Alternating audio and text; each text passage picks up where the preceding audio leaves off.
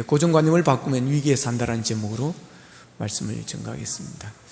자, 사진을 한번 올려볼까요? 네. 자, 이 사진은 지난 7월 19일 날, 남아프리카 공화국에서 남아프리카 공화국 남부 제프리스만에서 세계 서핑 대회가 있었는데 거기에서 일어난 사건입니다. 자, 그 경기에 참가한 34세 호주 남성 믹 패닝이라는 선수가 이제 서핑보드를 타고 갔는데 갑자기 상어의 공격을 받은 것입니다. 그래가지고 뒤집어져 가지고 지금 이제 물에 빠져 있습니다. 그러면서 이제 제일 첫 번째 보면 도망을 가면 쫓깁니다. 막 죽으라고 수영을 하면서 쫓기다가 이제 다시 돌아섭니다. 돌아서서 이 상어와 싸웁니다. 상어의 등을 막 확 내리쳤습니다. 그랬더니 이 상어가 도망을 갔고, 그럴 때 구조대원들이 긴급 출동을 해서 이 믹 패닝 선수를 구조하는 그런 내용입니다. 얼마나 당황했겠습니까? 엄청나게 큰 상어가 와서 확 들어받아 버린 겁니다. 그래서 순간적으로 쫓겨서 도망을 갔습니다. 왜 그렇게 도망을 간 것이겠습니까? 상어는 무섭다는 생각 때문에 그렇습니다. 상어는 사람이 이길 수 없다, 상어에 물리면 바로 죽는다라는 그런 생각, 두려움 때문에 그랬던 것입니다. 그러다가 조금 쫓기다가 다시 돌아서서 상어와 대항해서 이제 싸웁니다. 등을 막 내리치면서 싸우게 되어집니다. 자, 그렇게 돌아서서 상어를 내리치면서 대항할 수 있었던 것은 그가 생각을 바꿨기 때문에 그렇습니다. 쫓길 게 아니라 공격해야 된다, 상어는 피할 대상이 아니라 싸울 대상이라고 하는 생각의 전환이 왔습니다. 피하여 쫓기다가 당하는 것보다는 차라리 싸우다가 당하는 것이 더 낫다고 생각했고, 시간을 지연시키는 것도 쫓기는 것보다면 곧 상어의 밥이 될 거고, 차라리 상어와 투쟁하는 가운데 있다 보면 구조대가 오면 더 시간이 지연될 수 있을 것이라는 그런 생각이 들었던 것입니다. 바로 생각의 전환에서 그의 방향이 돌아서게 되어졌습니다. 고정관념을 깨뜨린 데서 온 사건입니다. 자, 상어는 무섭다는 생각이 고정관념입니다. 상어는 싸울 수 없다, 상어를 이길 수 없다는 것이 고정관념입니다. 그래서 순간적으로 쫓기다가 다시 생각을 바꿨습니다. 상어도 싸우면 상어도 도망갈 수 있다라는 생각으로 돌아선 것입니다. 상어도 싸워 볼만하다라고 하는 생각의 전환이 왔던 것입니다. 그러자 이제 돌아서서 상어의 등을 막 죽을 힘을 대서 내리치니까 이 상어가 막 놀란 것입니다. 야, 밥을 만났다, 배고픈데 밥을 만났다 하고 그냥 확 주워 먹으면 된다라고 생각했는데 갑자기 도망을 가다가 확 돌아서서 막 사정없이 등을 내리치는 겁니다. 그러니까 맨주먹으로 아무것도 없는 줄 알았는데 내리치는 걸 보니까 야, 이 친구가 맨주먹이 아니구나, 뭔가 큰 무기를 가지고 있구나, 막 상어가 놀라면서 이제 그런 생각을 했을 것입니다. 그래서 안 되겠다 싶어서 그냥 도망을 간 것 같습니다. 자, 닉 패닝이 상어의 공격을 받고 살아날 수 있었던 것은 바로 생각의 전환, 그의 고정관념을 깨뜨리는 데서 왔습니다. 여러분, 우리에게는 고착화된 생각, 고정관념이라는 게 있습니다. 인생을 살다 보면 나도 모르게 이 고정관념을 갖게 되어지는 것입니다. 자기의 삶에서 경험되어지면서 그것을 자신의 고정관념으로 삼아버리는 것입니다. 사진을 보니까 고정관념이라는 것은 어떤 집단에 대한, 사람들에 대한 단순하고 지나치게 일반화된 생각이라고 그렇게 되어 있습니다. 그러니까 고정관념은 개인이나 사물을 보는 시각, 생각 이런 것들이 한 방향으로 고정되어 있는 것을 말합니다.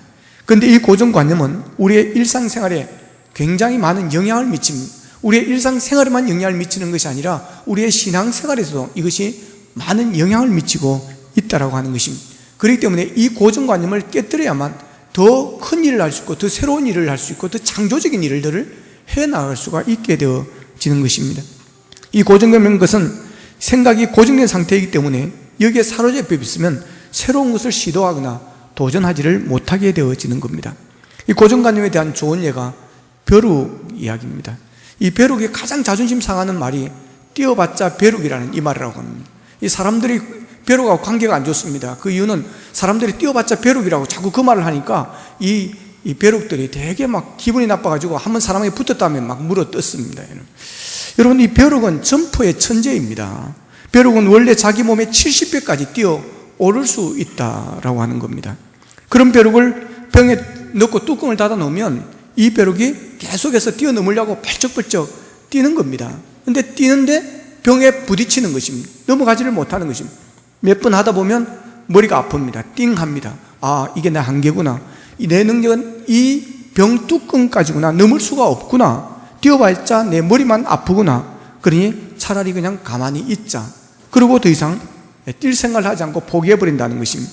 이때 뚜껑을 열어놓으면 벼룩은 밖으로 나갈 수 있는, 점프해서 충분히 나갈 수 있는데도 꼼짝을 안 하고 그냥 그대로 있다라고 하는 것입니다.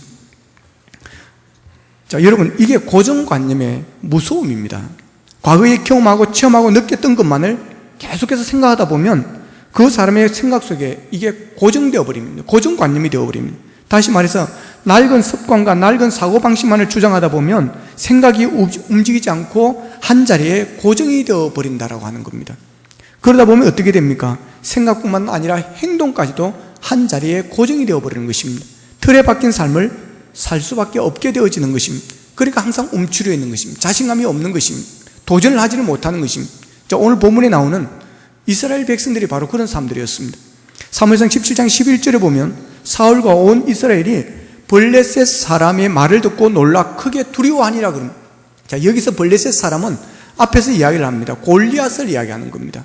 이 블레셋 사람 골리앗의 말을 듣고 사울 왕과 온 이스라엘이 다 놀라고 크게 두려워하고 지금 공포에 떨고 있다고 하는 것입니다. 자, 지금 블레셋 사람이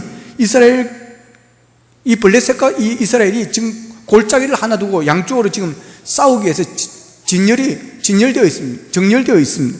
그때 블레셋 이 장수인 골리앗이 그게 앞으로 나오는 것입니다. 나와서 싸움을 이게 북돋웁니다. 자, 본문 17장 4절에 보면 이런 말씀이 납니다. 블레셋 사람의 진영에서 싸움을 돋우는 자가 왔는데 그 이름은 골리앗이요 가드 사람이라 그랬습니다. 자, 근데 이 골리앗은 이스라엘 백성들에게 전쟁에 능한 자로 알려져 있습니다. 전쟁에 실패한 일이 없는 그런 장수로 알려져 있습니다. 그러니까 그를 대항해서 싸울 상대가 아무도 없다는 것을 알고 있습니다. 골리앗은 외모 자체가 카리스마가 넘쳐났습니다. 외모 자체의 장수의 장군이라는 것을 금방 알아차릴 수가 있습니다. 오늘 보면 4절에 7절에 보면 이 골리앗의 외모가 지금 어떤 상태로 되어 있는지를 4절에서 7절에 잘 표현을 해주고 있습니다. 이 현대의 성경으로 보면 이렇게 되어 있습니다. 이때 블레셋 진영에서 어떤 용사가 홀로 이스라엘 진영을 향하여 걸어 나왔다. 그의 이름은 골리앗인데 블레셋 족속의 도성 가드에서 태어난 사람이었다. 그의 키는 6규빗하고도 한 뼘이 더 컸는데 거의 몇 미터?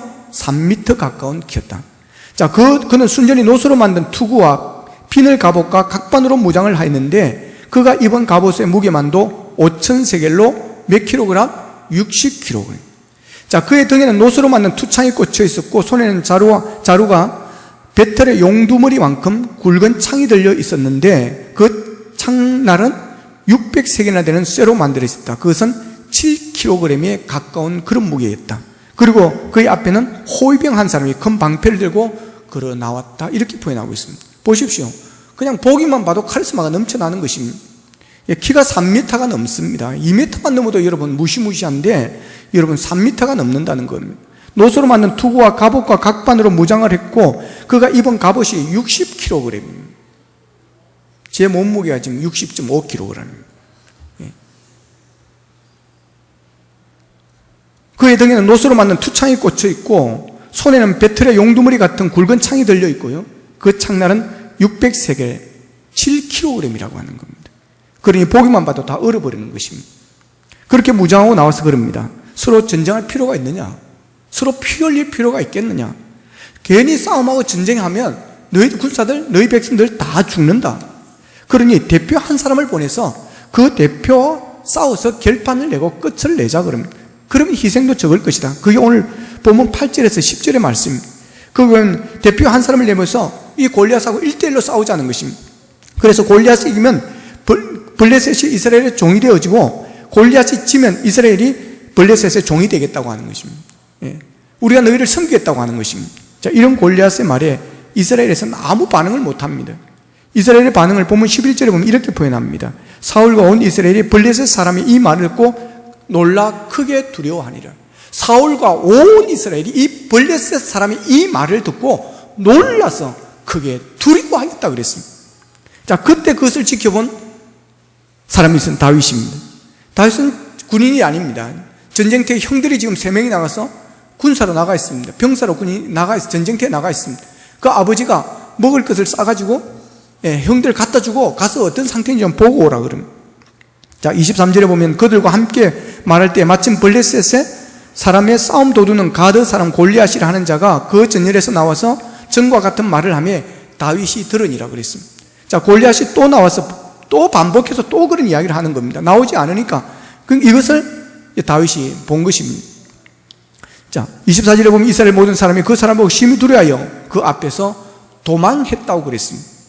자, 모두가 도망가고 있는 것입니다. 왜 도망갑니까? 거기에 있다가는 대표로 싸우자니까 대표로 누가 차출될지를 모르기 때문에 그렇습니다. 차출되었다면 나가서 싸웠다면 이는 보나마나 끝나는 것입니다. 그런데 거기에 있다가 세상말로 재수 없이 야, 니 나가서 싸워봐 이렇게 될 수가 있기 때문에 모두가 다 도망을 가버린 것입니다. 그런 일이 구레네 예수님의 십자가를 억지로 졌던 졸지에 졌던 구레네 시몬이 있습니다. 그냥 예수님이 십자가에 지고 가다가 쓰러져 있습니다. 그때 옆에를 지나가던 구레네 사람 시몬이 병사들에게 네가 이거 대신 져 그럽니다. 그래가지고 그 무거운 십자가를 졌던 일이 있습니다. 지금 그런 상황과 똑같습니다. 그러니까 다 도망을 간 것입니다. 여기 보면 24절에 보면 이스라엘 모든 사람이라고 했습니다. 이스라엘 모든 사람이 다 도망갔다 그랬습니다.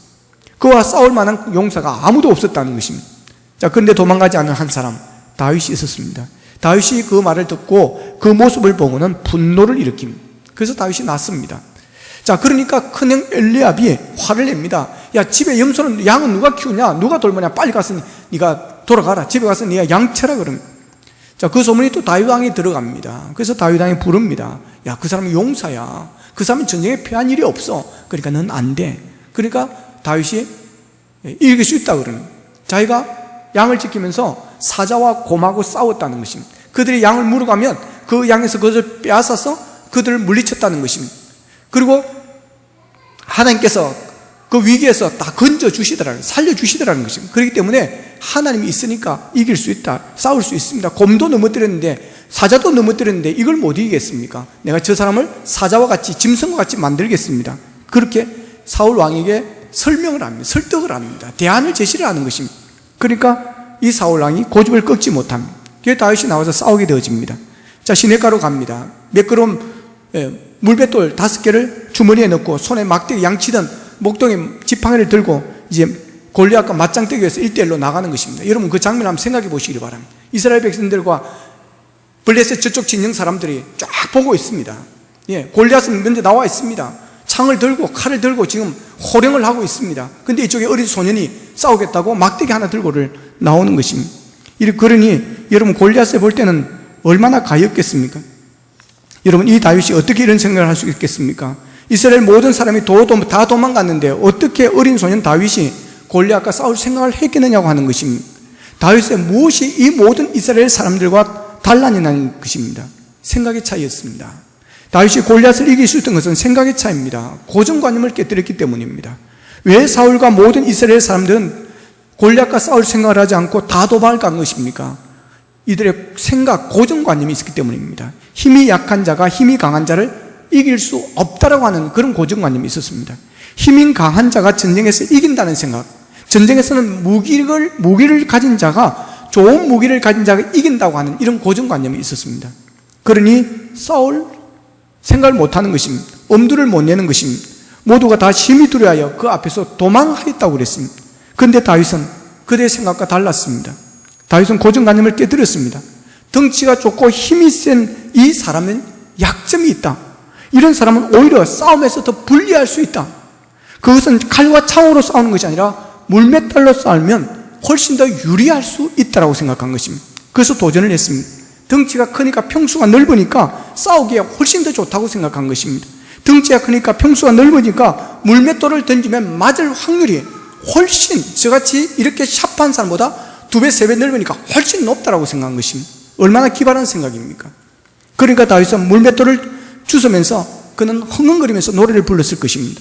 저렇게 덩치가 크니까, 평수가 저렇게 넓으니까 물맷돌 던지기에는 이보다 더 좋은 상대는 없다. 나는 정말 최고의 상대를 만났다. 정말 내가 이길 수 있는 절호의 기회의 상대를 만났다. 자신만만했습니다. 교만하게 짝이 없었습니다. 이런 다윗이 골리앗과 싸우겠다고 이스라엘 대표로 나갈 때 막대기 하나를 들고 나갔습니다. 그것을 보고 골리앗이 저주를 합니다. 43절 44절에 보면 블레셋 사람이 다윗에게 이르되 네가 나를 개로 여기고 막대기를 가지고 내게 나와왔느냐 하고 그의 이름에 신들의 이름으로 다윗을 저주하고 그 블레셋 사람이 다윗에게 이르되 내게로 오라 내가 네 살을 공중의 새들과 들짐승에게 주리라 그럽니다. 자 보십시오. 골리앗이 다윗을 보고는 저주를 합니다.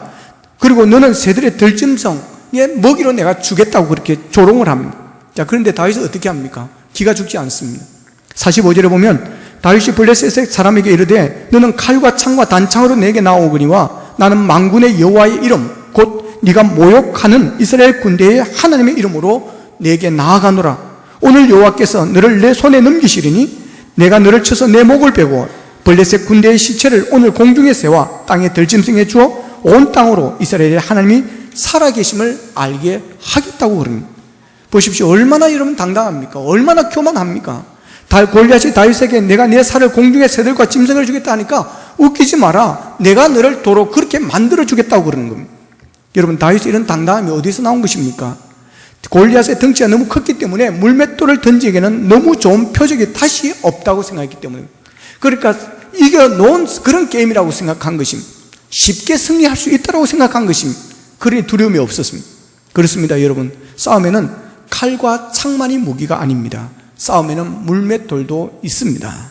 꼭 1대1로 싸운다고 서로 가까이에서 칼과 창으로 치고받고 찌르고 하는 싸움만 있는 것이 아닙니다. 멀리에서 원격 조정하는 것입니다. 여러분 미사일을 쏘는 것입니다. 돌 미사일 아십니까 여러분? 거기에서부터 미사일이 시작되었다는 것 아십니까 여러분? 믿든지 말든지 여러분 생각을 바꾸면 얼마든지 기발한 방법이 나올 수 있다고 하는 것입니다. 믿으시기를 축복합니다. 고정관념을 깨뜨리면 얼마든지 창조적인 방법이 나올 수 있다고 하는 것입니다. 여러분 위기를 만났을 때 가장 중요한 것이 이 고정관념을 벗어나는 것입니다. 생각의 전환을 바꾸는 것입니다. 위기를 만났을 때 고정관념이 사로잡히면 거기서 빠져나오지 못합니다. 앞에서 서핑보드를 하다가 여러분 상어를 만나서 공격을 받고 쫓기다가 다시 돌아서서 여러분 싸웠던 이 사람을 보십시오. 그 고정관념에서 사로잡혀 있었다면 도망가다 물려 죽는 겁니다. 여러분 생각을 바꿔야 됩니다. 그래서 이 고정관념에 사로잡히면 두려움이 오는 것입니다. 그러면 낙심하게 됩니다. 포기하게 됩니다. 그러나 생각을 바꾸면 길이 열립니다. 기발한 방법들이 일어납니다. 생각납니다. 용기가 납니다. 자신감이 있습니다. 위기에서 가장 중요한 것이 자신감입니다. 여러분 위기에서 중요한 것은 용기입니다. 갑작스런 상호 공격을 받은 이 서핑 선수의 이 용기, 이게 그를 살린 것입니다.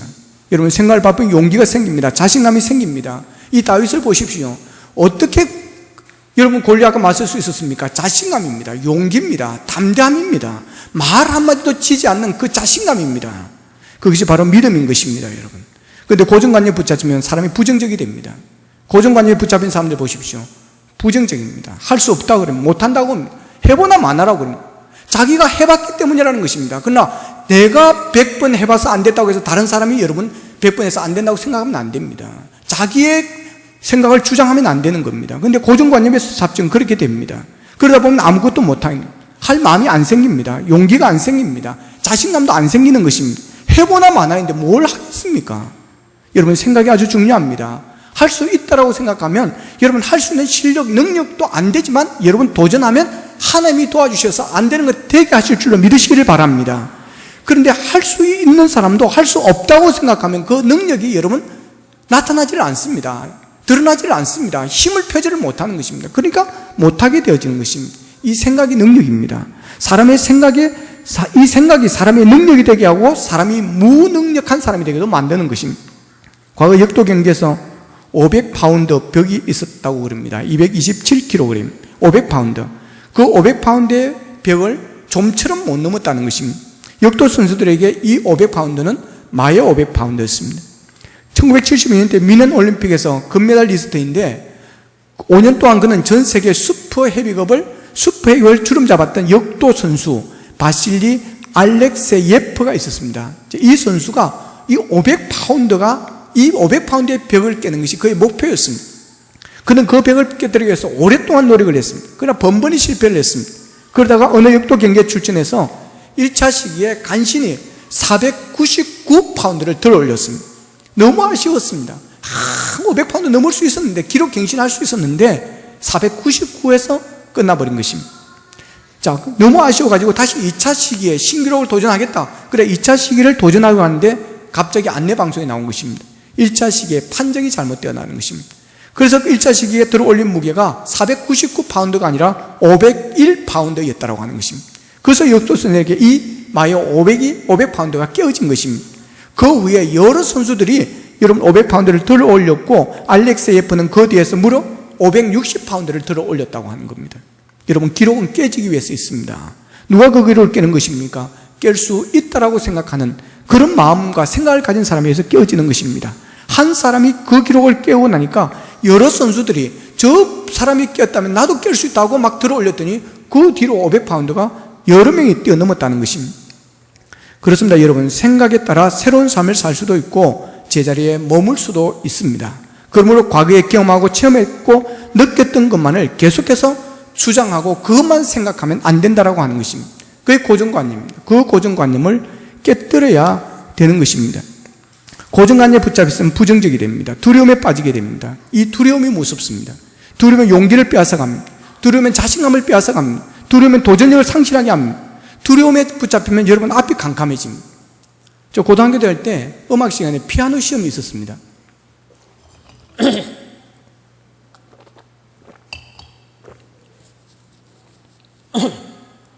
피아노를 이제 한 명씩 나왔어요. 피아노 시험을 치는 겁니다. 집에서 이제 그 도화지에다가, 캔트지에다가 악보를 검은 거, 하얀 거, 검은 거, 하얀 거, 이제 이래가지고 연습을 하는 것입니다. 이제 사공의 노래인가, 두둥실 두리둥실 배 떠나간다, 뭐 그 노래 있습니다. 시시시라 솔미솔 레솔라 시솔 시라, 뭐 이제 이렇게 하는 거예요. 집에서 이렇게 연습을 이제 하더. 이게 이제 피아노 그렇다고 저는 이제 그 전에는 교회를 다니기 때문에 교회 가면 피아노 있고 오르간이 있잖아요. 도레미파 솔라시도 막 이렇게 도레미파 순서대로 하는 줄 알았어요. 그게 아니더라고. 도레미 다시 도레미 솔라시도 이래 나가는 거예요. 그러니까 이 손 순서를 보고 뭐 이러는 거예요. 집에서 연습을 했습니다. 열심히 했어요. 그래가지고 이렇게 해가지고 딱 피아노 앞에 앉았어요. 또 음악쌤 되게 무서운 분이 있어요. 이 양반이. 그래 앉아가지고 이렇게 치는데 시시시라솔 미솔 딱 그까지는 갔는데 그 뒤로 생각이 안 나는 거예요. 막 캄캄해가지고 이게 하얀 반주인지 까만 금반인지 이게 생각이 안 나는 거예요. 예, 집에서는 소리가 안 나잖아요. 뭐 내 음성으로 소리 시시시라솔 미솔 레솔라 시솔 시라 시레 시라솔 미솔 막 이제 내 소리로 하는 건데 갑자기 뭐 소리가 실띵띵띵띵띵띵띵 막 이러면서 당황이 되어지는 거예요. 와, 그러니까 아무것도 안 보이는 거예요. 그때 깨달은 게 있습니다. 이야, 이 두려움이라는 게 이게 무섭구나. 예, 그때 제가 좀 끝나고 나 좀 세월이 지나서 생각했습니다. 야, 나도 되게 돌대가리다. 왜냐하면 교회 가면 이게 있잖아요. 매주 교회를 갔으면 교회에서 한번 쳐봤으면 되는데 이게 실전이 되게 중요하다는 거예요. 리허설이 그래서 중요하다는 거예요. 어떻든 여러분, 이 두려움에 사로잡히면 여러분 아무 생각이 나지 않습니다. 용기도 안 생기는 것입니다. 이 두려운 마음을 가지면 정신적, 육체적으로도 좋지가 않습니다. 두려운 마음은 사기가 저하되게 해서 싸울 마음이 없어지고 도망갈 그런 생각만 하게 되는, 피할 생각만 하게 되는, 그러다 보면 배하게 되어지는 것입니다. 열왕기하 7장에 보면 그런 이야기가 있습니다. 3절에 7절에 보면 8절에 보면 아람 왕 베나닷이 쳐들어와서 사마리아 성을 포위합니다. 그래서 모두가 거기서 죽습니다. 그 성에 있던 나환자 4명이 여기 있어도 굶어 죽을 때고 저기에 가서 항복하고 살더니 죽든지 가자고 나갑니다. 그런데 수십만 명의 군대가 와서 무기와 식량과 보물은 가득한데 사람은 군사는 아무도 없는 것입니다. 하나님께서 그들의 군대가 쳐들어오는 소리를 듣게 하는 것입니다. 예, 군대가 실전을 안 오는데 하나님이 막 말바구 소리를 막 그들에게 들려주는 겁니다. 그러니까 그들이 놀래가지고 막 다 도망가 버렸습니다. 먹을 양식 다 두고 도망가 버렸습니다. 그래서 이 4명의 나환자들이 배불리 먹고 사마리아 성의 사람들을 모두 살렸다는 그런 이야기가 있습니다. 여러분, 이런 두려운 마음이 이렇게 어리석은 일을 하게 하고 어욕을 상실하게 하고 도망가게 만드는 것입니다. 또 마태복음 28장 2절에 4절을 보면 큰 지진이 나며 주의 천사가 하늘로부터 내려와 돌을 굴러내고 그 위에 앉았는데 그 형상이 번개 같고 그 옷은 흰눈같이 희건을 지키던 자들이 그를 무서워하여 떨며 죽은 사람과 같이 되었더라 그랬습니다. 여러분, 이게 바로 이런 것입니다. 두려워하면요 사람이 죽은 것처럼 얼어버린다는 것입니다. 아무것도 할 수 없게 되어진다는 것입니다. 자, 그럼 왜 이런 두려움이 오는 겁니까?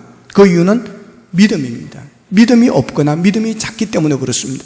골리앗 앞에서 모든 이스라엘 군대가 왜 모두가 도망을 가고 두려워한 것입니까? 그들이 믿음이 없었기 때문에 그렇습니다. 믿음이 적었기 때문에 그렇습니다.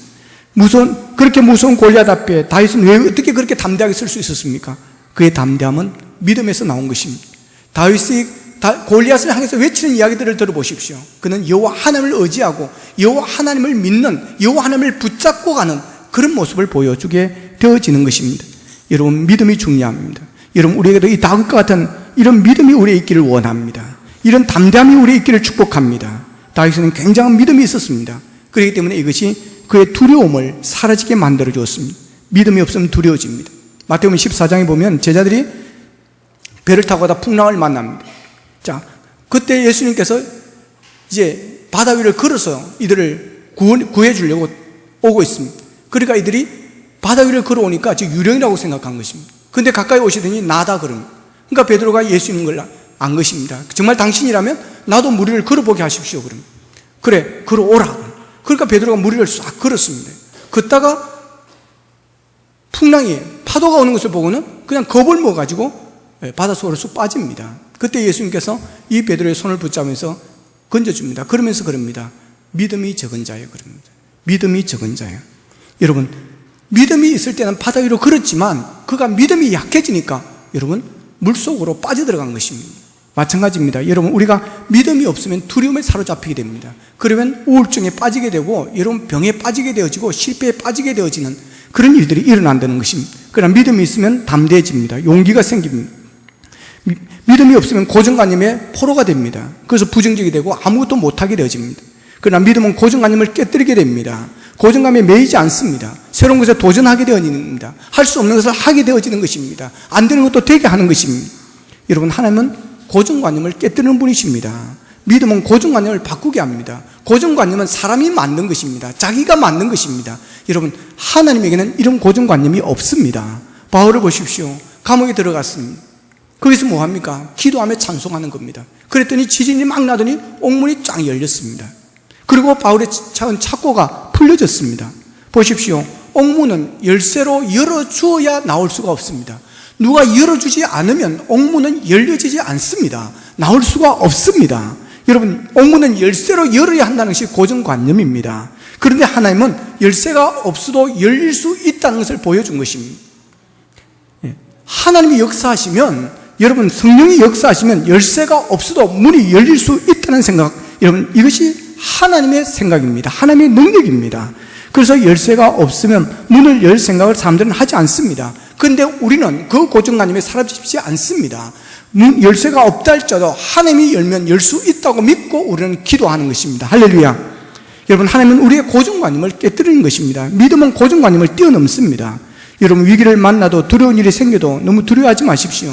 하나님 외에는 두려워하지 마십시오. 성경에 보면 두려워하지 말라고 우리에게 담대하라고 거듭거듭 말씀하십니다. 두려움은 우리에게 유익되지 않습니다. 여러분, 우리는 하나님만 두려워하면 됩니다. 범브란트 목사님이 루마니아 감옥에서 열심히 전도를 했습니다. 오랫동안 감옥 생활에도 늘 마음이 기쁘고 평안했습니다. 그 이유가 그는 이렇게 말합니다. 성경을 보니까 두려워하지 말라는 말씀이 366번이 있더라고 하는 것입니다. 자, 1년에 365일인데 366번이 있더라는 것입니다. 왜 그러냐 했더니 윤년이 있어가지고 366번이라고 그런 분은 그렇게 해석을 했습니다. 여러분, 하나님은 우리에게 두려워하지 말라고 합니다. 담대하라고 하십니다. 내가 너와 함께 하시라고 했습니다. 여러분, 위기를 만났을 때 두려워하지 마시기를 바랍니다. 담대하시기를 바랍니다. 믿음을, 여러분, 하나님을 붙잡고 믿음을 붙잡기를 바랍니다. 말씀을 붙잡고 기도하시기를 바랍니다. 위기를 만났을 때 고정관념을 깨뜨리십시오. 상어도 이길 수 있습니다. 상어도 물리칠 수 있습니다. 골리앗도 이길 수 있습니다. 여러분, 고정관념을 믿지 마시고 여러분, 하나님을 믿으시기를 축복합니다. 하나님이 여러분과 함께 하십니다. 넉넉히 이길 줄로 믿습니다. 위기가 기회로 바뀌는 역사가 여러분에게 일어나기를 주님의 이름으로 축원합니다. 기도드리겠습니다.